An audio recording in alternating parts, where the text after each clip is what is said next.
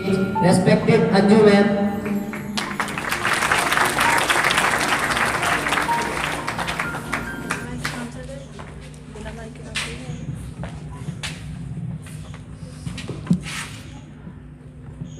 Good morning, everybody. Respected principal sir, all the guests, all my dear friends and all the students, I wish you a very, very happy Republic Day. As we all know that we are here to celebrate our 72nd Republic Day. आज के दिन हमारा भारतीय संविधान लागू किया गया, भारतीय सरकार ने इसे अपनाया और हमारा जो कॉन्स्टिट्यूशन है वो इस दिन पास हुआ। हमारे कॉन्स्टिट्यूशन में हमें बहुत सारे राइट्स दिए गए, as right to freedom of speech, right to respect any religion and many more.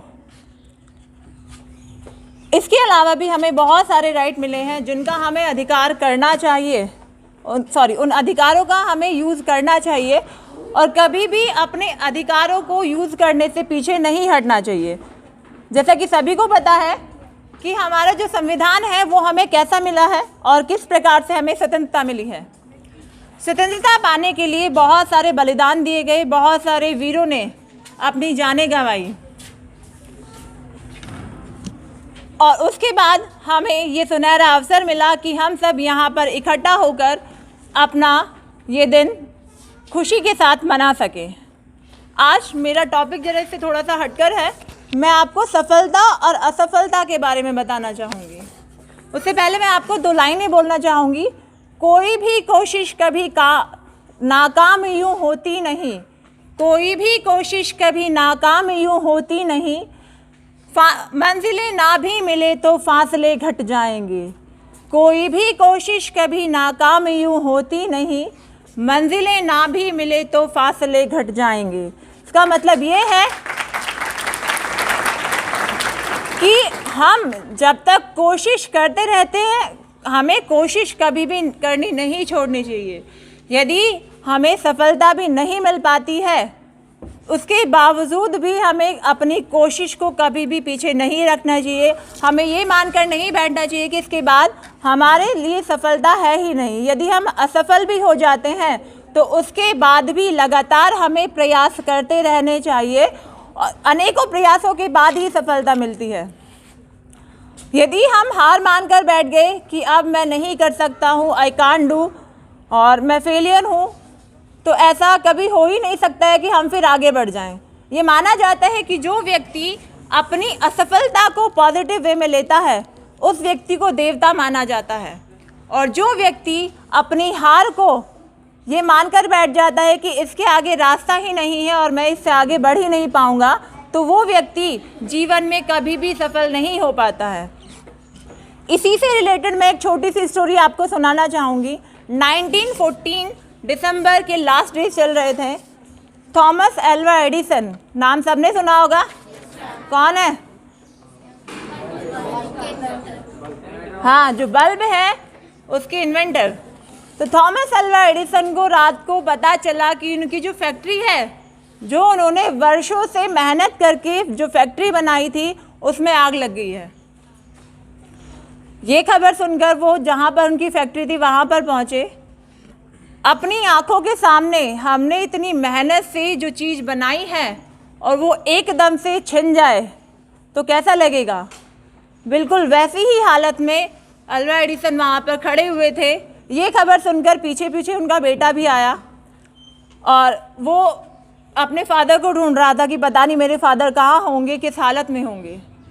जब एल्वा एडिसन ने अपने बेटे को देखा, चार्ल्स नाम था, जो 24 साल का था उस टाइम, उससे कहा कि चार्ल्स अपनी मदर को बुला के लेके आओ, शायद लाइफ में उन्हें कभी ऐसा सीन देखने को ना मिले कि हमने जो सपने बनाए थे वो राख हो गए। देखते ही देखते सुबह होते होते जो उनकी फैक्ट्री थी वो राख में बदल गई। लेकिन थॉमस एल्वा एडिसन ने इसे ये नहीं समझा कि अब मैं इसके आगे कुछ नहीं कर पाऊंगा। वे एक फीनिक्स बर्ड की तरह उस राख से उठ खड़े हुए। फीनिक्स पक्षी माना जाता है कि वो एक ऐसा पक्षी होता है जो अपनी लाइफ के लास्ट स्टेज में अपने आसपास टहनियाँ इकट्ठा करके घोंसला बनाता है। उसी घोंसले में जलकर उसकी राख से एक नए फिनिक्स बर्ड का जन्म होता है। सुबह पब्लिकली उन्होंने अनाउंस किया कि जो डिस्ट्रक्शन हुआ है, रात को जितना भी डिस्ट्रक्शन हुआ है, जितना भी विध्वंस हुआ है, उससे मुझे लॉस नहीं, प्रॉफिट होगा। उन्होंने जो उनकी फैक्ट्री जल गई थी उसे नेगेटिव वे में ना लेकर पॉजिटिव वे में लिया। उन्होंने कहा कि बेशक मेरी फैक्ट्री जल गई, मैंने इतनी मेहनत से जो फैक्ट्री बनाई थी वो जल गई हो, तो मेरे लिए उसका मतलब ये है कि पास्ट में मैंने बहुत सारी मिस्टेक्स की, मुझसे बहुत सारी मिस्टेक्स हो गई जो उस राख के साथ तब्दील हो गई, उस आग में जल गई। अब मेरे पास वो सारा का सारा एक्सपीरियंस है जिससे मैंने वो फैक्ट्री बनाई थी, तो मेरा एक्सपीरियंस थोड़ी ना जल गया। हमने जो कुछ काम स्टार्ट किया हम सक्सेसफुल भी हुए, बट दुर्भाग्यवश वो ख़त्म हो गया। हमने जितना भी एक्सपीरियंस प्राप्त किया था वो थोड़ी ना छिन गया हमसे, थी ना? नहीं ना, वो एक्सपीरियंस हमने गेन किया। उसी एक्सपीरियंस के साथ उन्होंने फोनोग्राम बनाया, उसमें उन्हें बहुत सक्सेस मिली। तो आप लोग ये समझो, ये माना जाता है कि जितना भी असफलता की खाद और मिट्टी लगती है किसी बीज में, और जितना भी टाइम वो लेता है पनपने के लिए, वो उतना ही मजबूत माना जाता है। और यदि असफलता की खाद और मिट्टी लगे लेकिन कम समय लगे, वो उतना ही कमज़ोर माना जाता है।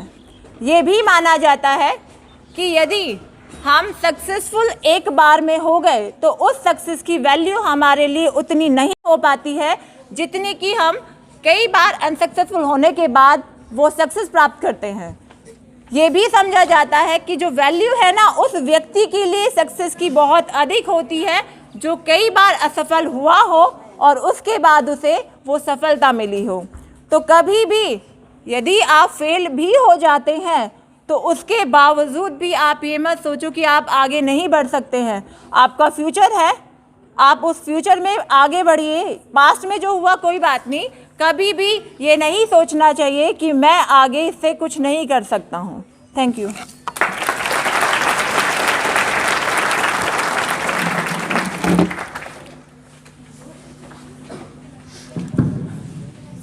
Now I would like to call on the stage Nupur sister from 10th class.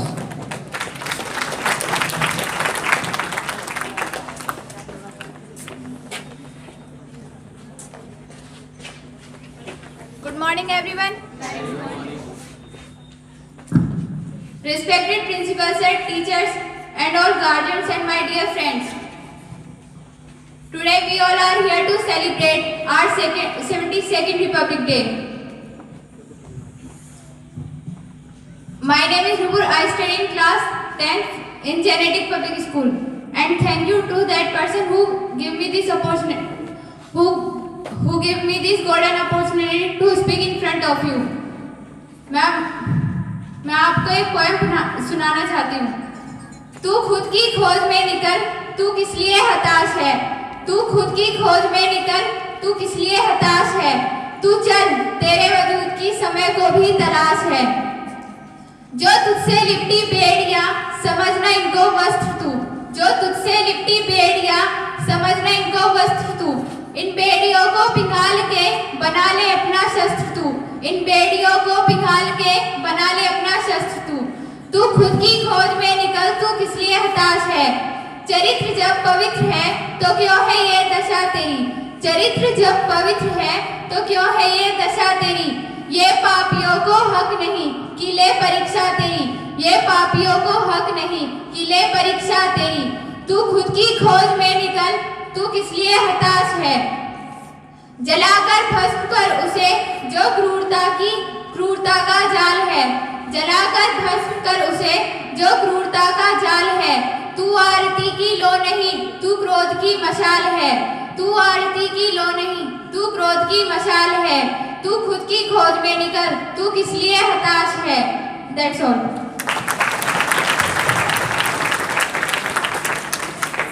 मैं यहाँ पर आपको एक छोटी सी बात बताना चाहूँगा। हम सभी जानते हैं समय हमारे लिए बहुत महत्वपूर्ण है, लेकिन हम लोग क्या करते हैं, हम लोग उस समय को बर्बाद करते हैं। कैसे, मैं आपको एक छोटा सा एग्जांपल देना चाहूँगा। जब हमारी शुरू की 10 मिनट या हमारा शुरू का क्वेश्चन गलत हो जाता है तो हम सोचते हैं हमारा सारा वक्त बर्बाद है, अब इसे करके क्या फ़ायदा, हम उसे वहीं पर छोड़ देते हैं, हम उसे नहीं करते। अगर हमारे दिन की 10 मिनट किसी ने बर्बाद कर दी तो हम समझते हैं हमारा पूरा दिन बर्बाद हो गया है। समझिए आपके पास 86,400 रुपीज़ हैं, मतलब 86,400 रुपये हैं, आपके 400 रुपये कहीं खो गए तो क्या आप उन 86 जो आप पर बचे हैं 86,000 उन्हें भी फेंक दोगे? सबको पता है फेंकोगे नहीं। लेकिन आप अगर हिसाब लगाएं कि हमारे एक दिन की जो सेकंड्स होती हैं वे भी 86,400 ही होती हैं। अगर हमारी उनमें से 400 सेकंड जा रही है तो हम 86,000 को क्यों फेंक रहे हैं? हमें सभी बताते हैं money is important as well as time is important, time is most important than money. तो क्यों हम वे जो हमारा सेकंड्स है, जो हमारा टाइम है, हम उसे ऐसे ही क्यों जाने देते हैं? तो हमें इससे एक सीख लेनी चाहिए कि समय, अगर हमारा समय इतना भी थोड़ा सा भी बर्बाद हुआ हो तो हमें उसकी पूर्ति आने वाले समय में कर लेनी चाहिए। इस कार्यक्रम को आगे बढ़ाते हुए अब मैं बुलाना चाहूंगा आयुषी सिस्टर को कक्षा 8 से।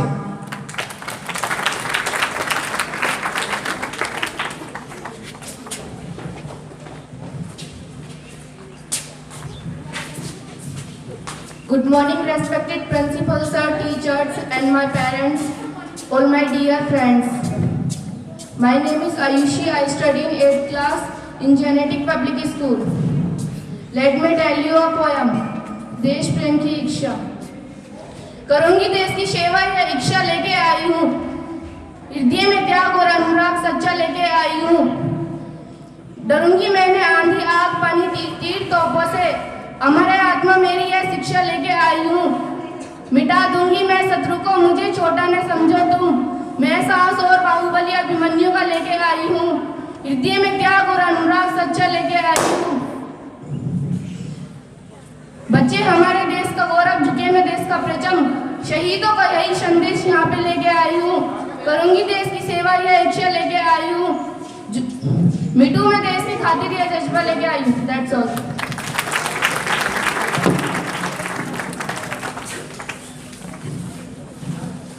Now I would like to call on the stage Arya brother from 7th class.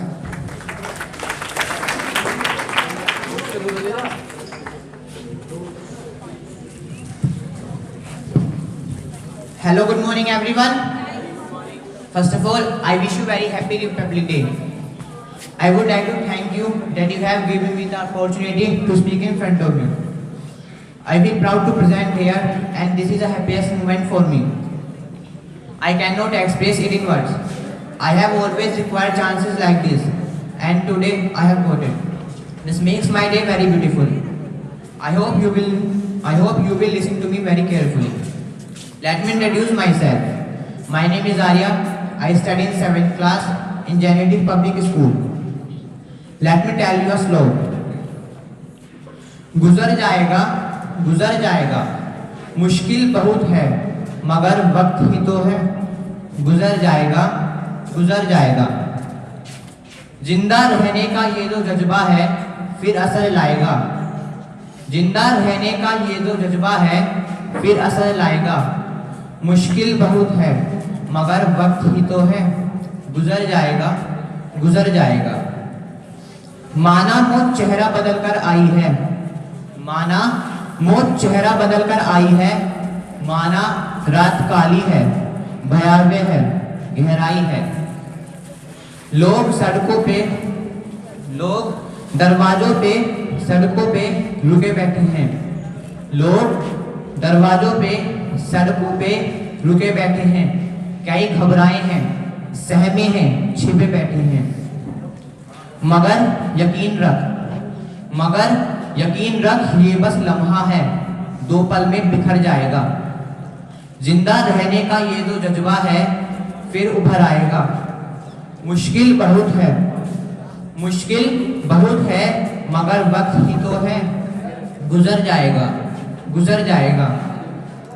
बाजार खाली सड़कें सूनी, मोहल्ले वीरान हैं। बाजार खाली सड़कें सूनी, मोहल्ले वीरान हैं। खौफ बरपा है, हर तरफ लोग हैरान हैं। ये वो कहर है जो दुनिया को डराने आया, ये वो कहर है जो दुनिया को डराने आया, मगर नासमझ है जो इंसान को हराने आया। इतिहास गवाह है ये मसला भी सुलझ जाएगा, इतिहास गवाह है ये मसला भी सुलझ जाएगा। जिंदा रहने का ये जो जज्बा है फिर असर लाएगा, जिंदा रहने का ये जो जज्बा है फिर असर लाएगा, फिर उभर आएगा। मुश्किल बहुत है मगर वक्त ही तो है, गुजर जाएगा गुजर जाएगा। Thank you.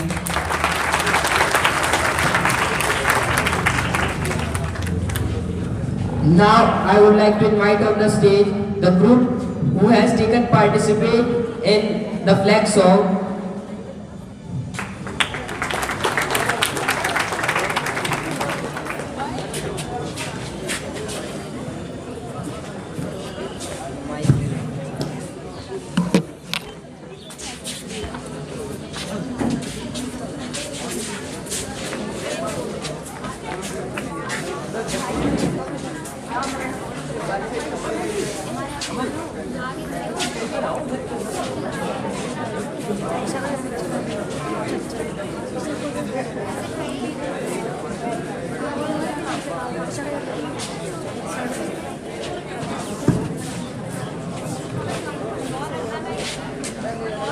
माननीय मुख्य अतिथि, शिक्षकगण और मेरे प्यारे मित्रों, आप सबको मेरा नमस्कार। भारतीय नागरिकों के लिए आज बहुत खास दिन है और आपको 72वें गणतंत्र दिवस की बहुत बहुत शुभकामनाएं। अब हम आपके सामने झंडागान प्रस्तुत करने जा रहे हैं।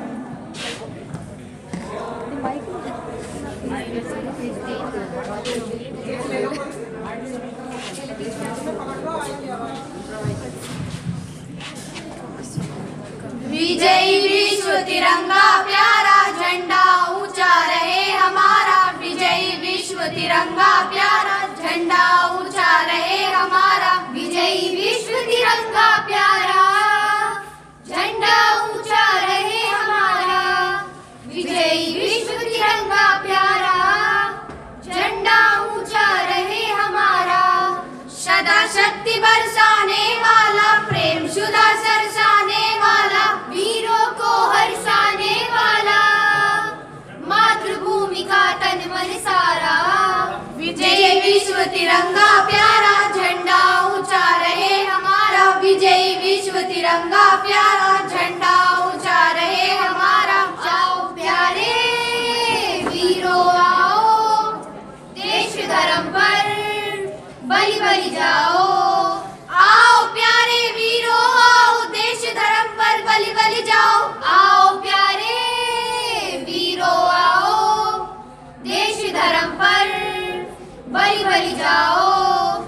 एक साथ सब मिलकर गाओ, प्यारा भारत देश हमारा, विजयी विश्व तिरंगा प्यारा झंडा ऊंचा रहे हमारा, विजयी विश्व तिरंगा प्यारा झंडा ऊंचा रहे हमारा। शान न इसकी जाने पाए चाहे जान भले ही जाए, शान न इसकी जाने पाए चाहे जान भले ही जाए, शान न इसकी जाने पाए चाहे जान भले ही जाए।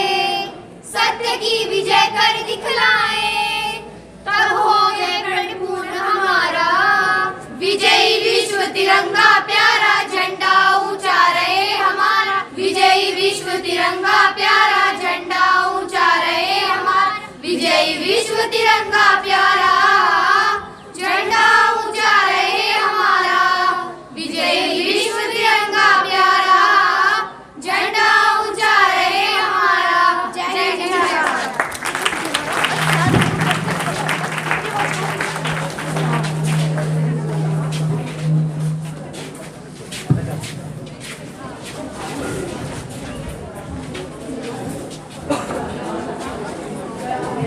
प्रोग्राम समाप्ति की ओर है, कृपया धैर्य बनाए रखें। अब मैं बुलाना चाहूंगा अनुराधा को कक्षा 9 से।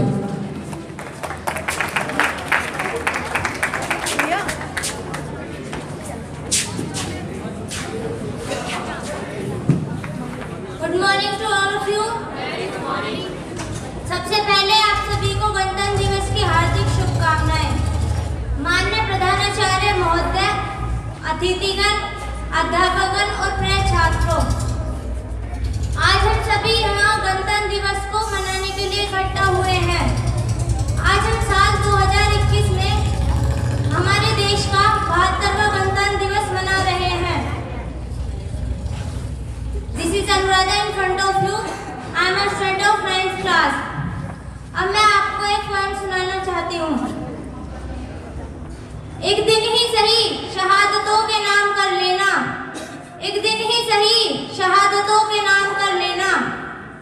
मिले कभी जो भारत माता, तुम उन्हें प्रणाम कर लेना। मिले कभी जो भारत माता, तुम उन्हें प्रणाम कर लेना। मुमकिन हो अगर राजगुरु और आजाद सा काम कर लेना। मुमकिन हो अगर राजगुरु और आजाद सा काम कर लेना। गरीबों में पैसा ना सही, तुम शिक्षा ही दान कर लेना। गरीबों में पैसा ना सही, तुम शिक्षा ही दान कर लेना। रहे ना हिंदू मुस्लिम सिख ईसाइयों में भेदभाव, तुम दिवाली को ईद और क्रिसमस को रमजान कर लेना। रहे ना हिंदू मुस्लिम सिख ईसाइयों में भेदभाव, तुम दिवाली को ईद और क्रिसमस को रमजान कर लेना। करनी हो जब मांग किसी से, देश में अमन और शांति की मांग कर लेना। करनी हो जब मांग किसी से, देश में अमन और शांति की मांग कर लेना। एक दिन ही सही शहादतों के नाम कर लेना। मिले कभी जो भारत माता, तुम उन्हें प्रणाम कर लेना। बनी रहे हमेशा मातृभाषा की शान, तुम हिंदी को हिंदुस्तान कर लेना। बनी रहे हमेशा मातृभाषा की शान, तुम हिंदी को हिंदुस्तान कर लेना। जीवन के आखिरी सांस तक तुम वंदे मातरम का गुणगान कर लेना। जीवन की आखिरी सांस तक तुम वंदे मातरम का गुणगान कर लेना। एक दिन ही सही शहादतों के नाम कर लेना। मिले कभी जो भारत माता, तुम उन्हें प्रणाम कर लेना। Now I would like to say something about our country. और भी खूबसूरत और भी ऊंचा मेरे देश का नाम हो जाए। काश कि हर हिंदू विवेकानंद और हर मुस्लिम कलाम हो जाए। At last I would like to say something about our national flag. 3 रंग का नहीं वस्त्र, ये ध्वज देश की शान है। हर भारतीय के दिलों का स्वाभिमान है। यही है गंगा, यही है हिमालय, यही हिंद की जान है। और 3 रंगों से रंगा हुआ ये अपना हिंदुस्तान है। Thank you very much. Now I would like to call on the stage Garima sister from 10th class.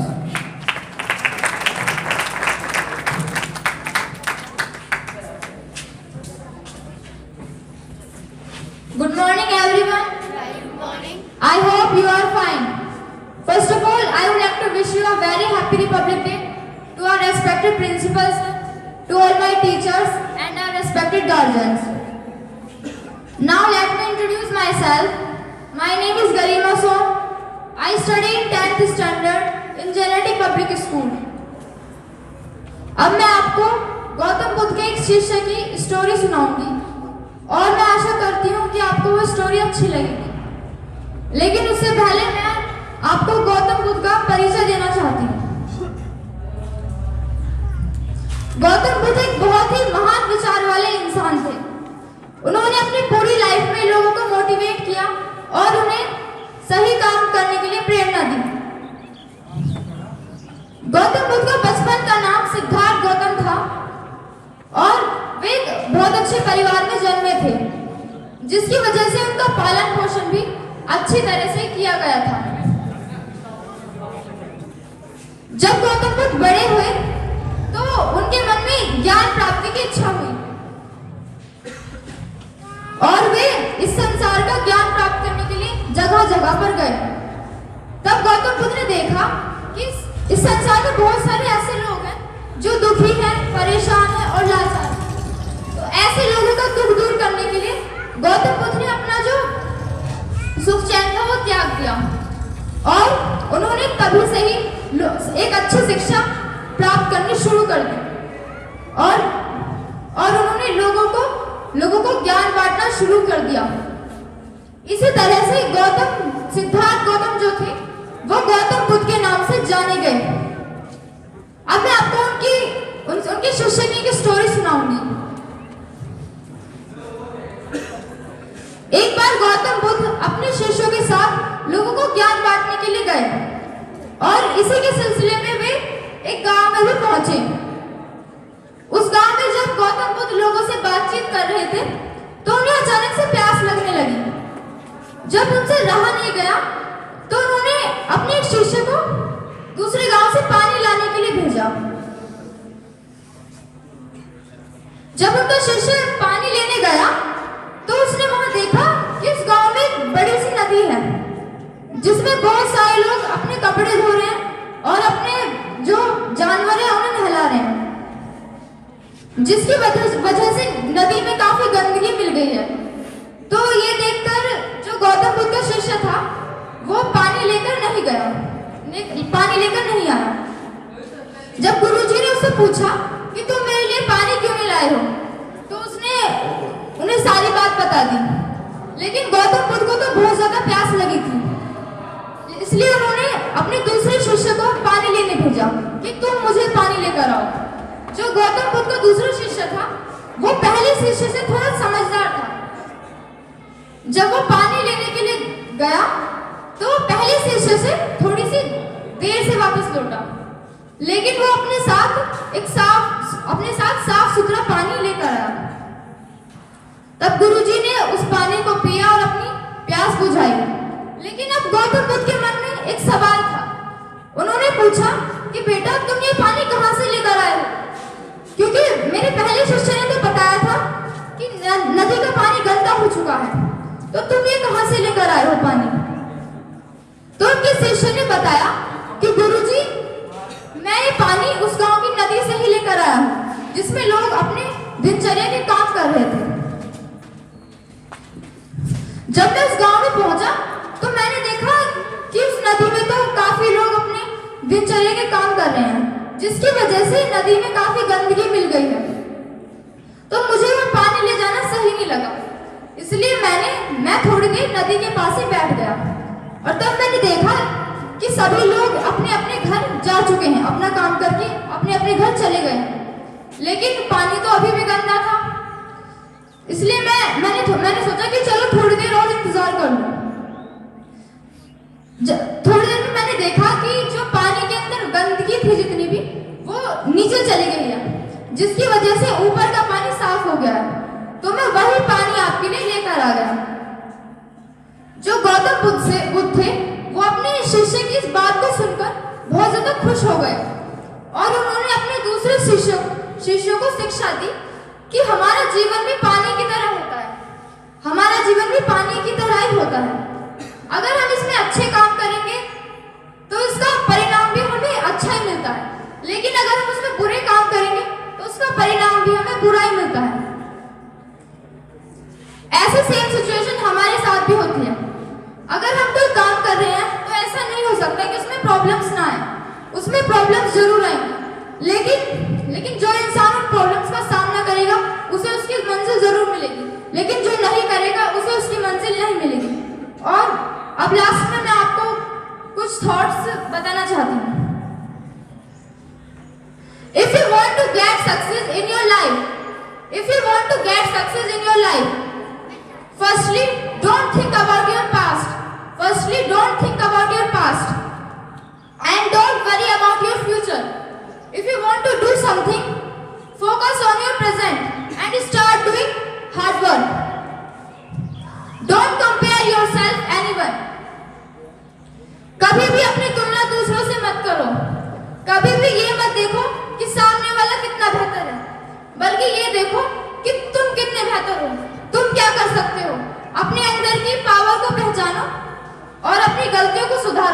देखना आप कितने परफेक्ट हो और वो कितना परफेक्ट है। That's all. जय हिंद सर। अब मैं बुलाना चाहूंगा कक्षा 8 से साक्षी को।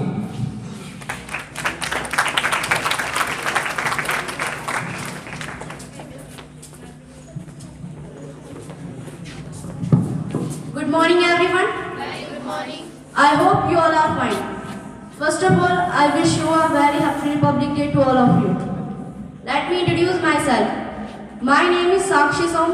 I study in class 8 in Genetic Public School. As we all know, we are gathered here to celebrate the Republic Day.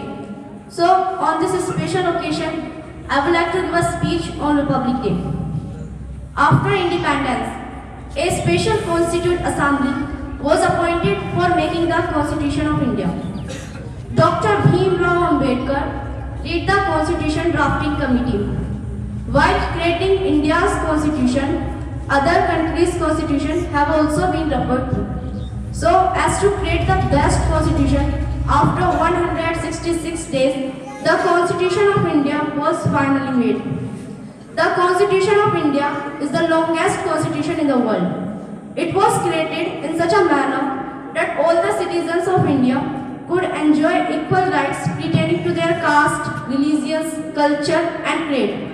On 26 January 1950, the Constitution of India was adopted and implemented, and the day is referred to as Republic Day. Thank you.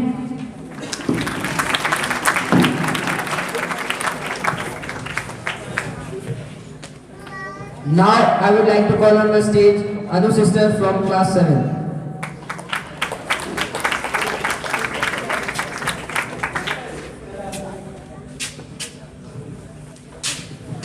Good morning, everybody. I hope you are fine. Respected principal sir, teachers, parents, and all my dear friends. My name is Anupundi. I study 7th standard in Genetic Public School. Today, I am going to share with you a few words about Republic Day. First, I wish you all a very happy Republic Day. This year, we are celebrating our 72nd Republic Day. We celebrate Republic Day on 26th January every year. Before independence, India was under British rule. On this day, the Constitution of India came into force in 1950. Hence, this day is very important for the citizens of India. Indian Constitution is the largest written constitution in the whole world. India became a secular and democratic country on this day. Indian Constitution gives us our fundamental rights like freedom of speech, education, religion and more. Republic Day is very important to us as Independence Day. On this day, we salute the tricolor flag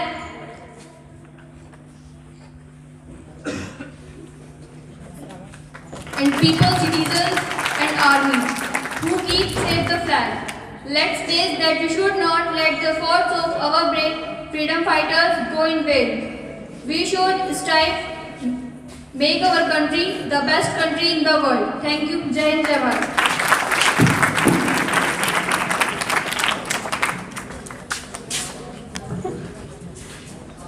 Now I would like to call Tanu sister from class 7.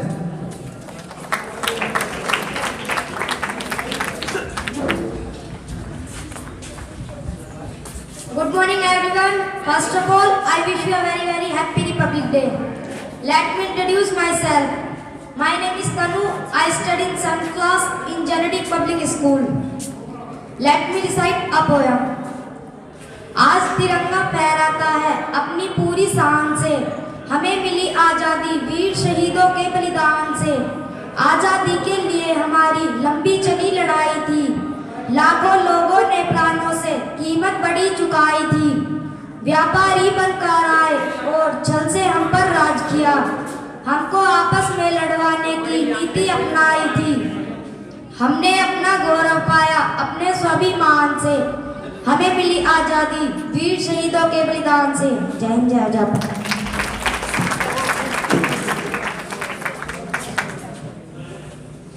Now I would like to call on the stage Aditya brother from 7th class.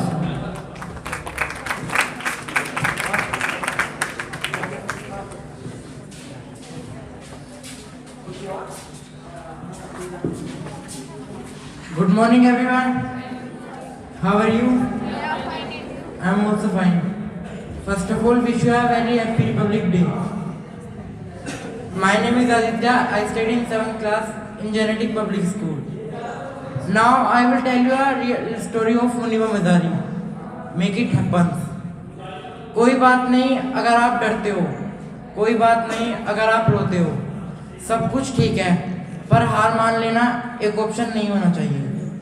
ये lines है मुनीबा मज़ारी की, जिनकी success story के बारे में आज मैं आपको बताऊंगा। जब मुनीबा 18 इयर्स की थी तब उनकी शादी हो गई थी। मुनीबा एक रूढ़िवादी फैमिली से बिलोंग करती हैं, जो पहले की सोच के लोग होते हैं। उनके पिता चाहते थे कि वे कम उम्र में शादी करें। उस टाइम पर लड़की ना नहीं दे सकती है, तो उन्होंने कहा जिसमें आपकी खुशी हो। उनकी शादी हो गई और वो शादी एक हैप्पी मैरिज नहीं थी। शादी के 2 ही साल बाद, just about few years ago, उनके साथ एक कार एक्सीडेंट हुआ, जिसमें उनके हस्बैंड ड्राइविंग के वक्त ही सो गए थे। कार खाई में गिरी और उनके हस्बैंड ने खुद को जंप करके मैनेज करके सेव कर लिया, पर मुनीबा कार के अंदर ही रही। उनको काफ़ी चोटें लगती गई। उनके सीधे हाथ की कलाई फ्रैक्चर हो गई, उनके कंधे और गर्दन की हड्डी फ्रैक्चर हो गई, उनका पूरा पंजा फ्रैक्चर हो गया। मुनीबा की स्पाइन पर भी चोटें आई, यानी रीढ़ की हड्डी पर। उन चोटों की वजह से मुनीबा ने आस भी छोड़ दी थी और उनकी लाइफ कंप्लीटली चेंज हो चुकी। उन्हें कुछ लोगों ने बचाया, उन्हें CPR दिया। मुनीबा मज़ारी के 2.5 महीने हॉस्पिटल में बहुत भयानक गए। एक दिन डॉक्टर आए और डॉक्टर ने कहा, मैंने सुना है आप एक आर्टिस्ट बनना चाहते थे, पर हाउसवाइफ की वजह से आपने ये छोड़ दिया, तो अब आपके लिए एक बैड न्यूज़ है, अब आप पेंट नहीं कर सकोगे। नेक्स्ट डे डॉक्टर आए और डॉक्टर ने कहा, आपका पूरा पैर फ्रैक्चर होने के कारण अब आप पहले की तरह चल फिर नहीं सकोगे, अब आप व्हील चेयर पर रहोगे। मुनीबा ने डीप ब्रीथ की, यानी लंबी सांस ली और कहा, it is all right. Next day doctor came and said, you won't unable to give birth your child. उस दिन वे पूरी तरीके से तबाह हो चुकी थी, टूट गई थी। वे जिस कारण से जी रही थी वो कारण ये था, उन्होंने अपने भाई से कहा, मैं जानती हूँ मेरा एक हाथ विकलांग है, मैं जानती हूँ मेरा एक हाथ विकलांग है, बट मैं ये वाइट रूम्स, वाइट स्क्रैप्स पहनकर और देखकर थक चुकी हूँ। Give me some colours and small canvas, I want to paint. मैं पेंट करना चाहती हूँ। तो लोग कहते हैं मुनीबा मज़ारी ने अपनी फर्स्ट पेंटिंग की अपने डेथ बेड पर। हाँ, वो उनकी पहली पेंटिंग थी। मानो एक इतनी अजीब थेरेपी थी, बिना एक सिंगल वर्ड बोले वे अपने दिल से पेंट कर पा रही। उन्होंने अपना दुख को समझ पाई उस पेंटिंग में। लोग आए, लोगों ने कहा, what a lovely picture, so much colours, but उसके अंदर का जो दुख था उसे कोई नहीं समझ पाया, जिसे सिर्फ मुनीबा ही देख सकती थी। उस दिन से मुनीबा ने डिसाइड किया, मैं अब अपनी लाइफ को जीने जा रही हूँ। मैं किसी एक इंसान के नज़रों में परफेक्ट नहीं बनूंगी, मैं इस मोमेंट को पाने जा रही हूँ। मैं अपने आप को अपने लिए बहुत परफेक्ट बनाऊंगी। I want to fight with my fears, मैं अपने डरों से लड़ना चाहती हूँ। तो उन्होंने अपने सारे डरों को लिखा है और डिसाइड किया कि मैं इन्हें एक ना एक दिन जरूर सॉल्व करूँगी। तो क्या आप जानते हैं मुनीबा का सबसे बड़ा डर क्या था? वो था डिवोर्स। बट जब उन्होंने उसे डिसाइड किया तो वो कुछ नहीं था, सिर्फ था तो एक फियर। उन्होंने उसे भी मुक्त किया। उस दिन मुनीबा ने अपने आप को इमोशनली इतना स्ट्रॉन्ग बना लिया था, जब उन्हें पता चला कि वो शादी करने जा रहा है तो उन्होंने उसे एक टेक्स्ट सेंड किया, आई एम वेरी हैप्पी, मैं बहुत खुश हूँ, and wish you all the best. और वो जानता है, मुनीबा आज भी उसके लिए दुआ करती है। मुनीबा का सेकंड डर बहुत स्ट्रॉन्ग था, वो था ये कि वे माँ नहीं बन सकती। बट जब उन्होंने रोते हुए रियलाइज़ किया, there are so many childrens in this world, इस दुनिया में ऐसे कई बच्चे हैं जो चाहते हैं कि हमें कोई अडॉप्ट करे, हमें कोई गोद ले, तो जाओ और किसी एक को गोद लो, इसमें रोने का कोई पॉइंट ही नहीं है। उन्होंने ऐसा ही किया। उन्होंने अपने नाम कई ऑर्गेनाइजेशन में दिए, अनाथालय में दिए और पेशेंट के साथ वेट किया। 2 साल बाद पाकिस्तान की छोटी सी सिटी से उन्हें कॉल आता है कि आप मुनीबा मज़ारी बोल रहे हो, यहाँ पर एक बच्चा है, बेबी बॉय, आप उसे अडॉप्ट करना चाहते हो? तो उन्होंने काफ़ी दर्द सहन करते हुए कहा, यस यस, मैं उसे अडॉप्ट करना चाहती हूँ, I am coming to take him home, मैं उसे घर ले आने के लिए आ रही हूँ। तो जब वे नील को लाई, यानी वो बच्चा जब वो 2 साल का था, जब उन्होंने बताया कि मैं इस व्हील चेयर पर क्यों हूँ, तो वो 6 साल का हो चुका था। अब उन्होंने लोगों के सामने आने का फैसला किया, पेंटिंग करना शुरू किया। उन्होंने काफ़ी मॉडलिंग कैंपेन्स किए, पाकिस्तान के नेशनल टेलीविज़न में as a anchor person join किया। उन्होंने UN women international goodwill global MS एडर बनी और आज मुनीबा वीमेंस और चिल्ड्रन के हक के लिए स्पीच देती हैं। 2015 में फोर्ब्स TBC टॉप 100 की लिस्ट में आई और 2016 में फोर्ब्स TBC टॉप 30 की लिस्ट में आई। आज वे पाकिस्तानी आर्टिस्ट हैं, मॉडल हैं, मोटिवेशनल स्पीकर हैं, एक्टिविटिस्ट हैं, सिंगर है और एक टेलीविज़न होस्ट हैं। मुनीबा मज़ारी ये लाइन कहती हैं, जरा आप उन्हें ध्यान से सुनिए, कोई बात नहीं अगर आप डरते हो, कोई बात नहीं अगर आप रोते हो, सब कुछ ठीक है, पर हार मान लेना एक ऑप्शन नहीं होना चाहिए। लोग कहते हैं फेलियर एक ऑप्शन नहीं होना चाहिए, मुनीबा मज़ारी कहती हैं फेलियर एक ऑप्शन होना चाहिए, क्योंकि जब आप फेल होते हो देन यू गेट अप, आप ऊपर उठते हो, आप फिर फेल होते हो, फिर ऊपर उठते हो, आप ऐसे ही चलते जाते हो। हमें अपनी हर सांस को जो आप ले रहे हो उसे मज़े से लेना चाहिए, हमें अपनी लाइफ को सेलिब्रेट करना चाहिए। अपनी मौत से पहले मत मरो, क्योंकि लाइफ का जो जीने में खुशी है वो ग्रेटिट्यूड में छुपी है। That's all.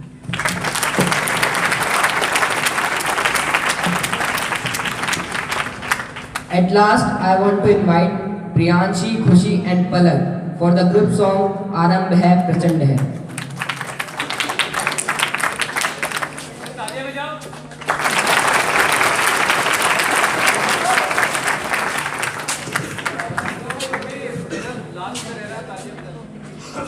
भारत माता की जय, भारत माता की जय, भारत माता की जय, Vande Mataram, Vande Mataram, Vande Mataram. First of all, good afternoon to everyone and happy Republic Day to my respected principal sir, teachers, guests and all my brothers and sisters. As you all know that I am Palak and this is Priyanshi and this is Khushi. Now we are going to presenting our song Arambh Hai Prachand.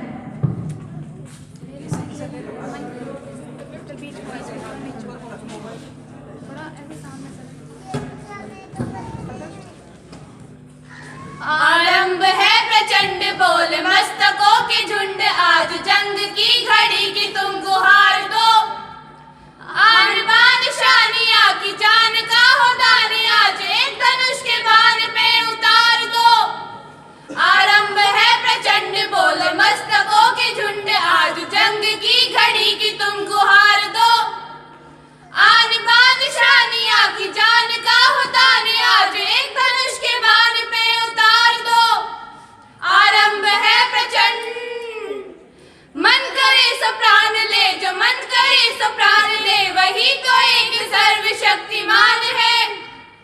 मन करे सो प्राण दे, जो मन करे सो प्राण ले, वही तो एक सर्वशक्तिमान है। विश्व की पुकार है, ये भागवत का सार है, कि युद्ध ही तो वीर का प्रमाण है। कौरवों की भीड़ हो या पांडवों का नीड़ हो, जो लड़ सका है वो ही तो महान है। जीत की हवस नहीं, किसी पे कोई वश नहीं, क्या जिंदगी है ठोकरों पे मार दो। तो मौत से भी क्यों डरे, ये जाके आसमान में दहाड़ दो। आरंभ है प्रचंड बोल मस्तकों के झुंड, आज जंग की घड़ी की तुम गुहार दो।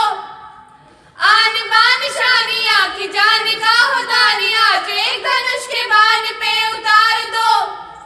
आरंभ है प्रचंड वो दया का भाविया, किशोर का चुनाविया, की हार का वो घाव तुम ये सोच लो। वो दया का भाविया, किशोर का चुनाविया, की हार का वो घाव तुम ये सोच लो। या कि पूरे भाल पर जला रहे विजय का लाल, लाल ये गुलाल तुम ये सोच लो। रंग केसरी हो या मृदंग केसरी हो, या कि केसरी हो लाल तुम ये सोच लो। जिस कवि की कल्पना में जिंदगी हो प्रेम गीत, उस कवि को आज तुम नकार दो। भीगती नशों में आज फूलती रगों में, आज आग की लपट का तुम बखार दो। आरंभ है प्रचंड बोल मस्तकों के झुंड, आज जंग की घड़ी की तुम गुहार